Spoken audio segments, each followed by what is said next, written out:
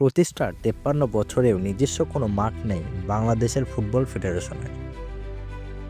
আজ বাফুফে ভবন পরিদর্শনে আসা যুব ও ক্রীড়া মন্ত্রণালয়ের উপদেষ্টা আসিফ নজরুলের কাছে তাই কয়েকটি স্টেডিয়াম চেয়েছেন বাফুফের বর্তমান কমিটির সদস্যরা।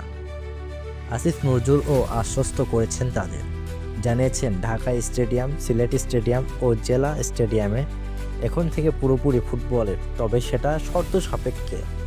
শর্তটা হলো ক্রিকেট ছাড়া অন্যান্য খেলার প্রয়োজনে বাফুফেকে স্টেডিয়াম ব্যবহারের অনুমতি দিতে হবে।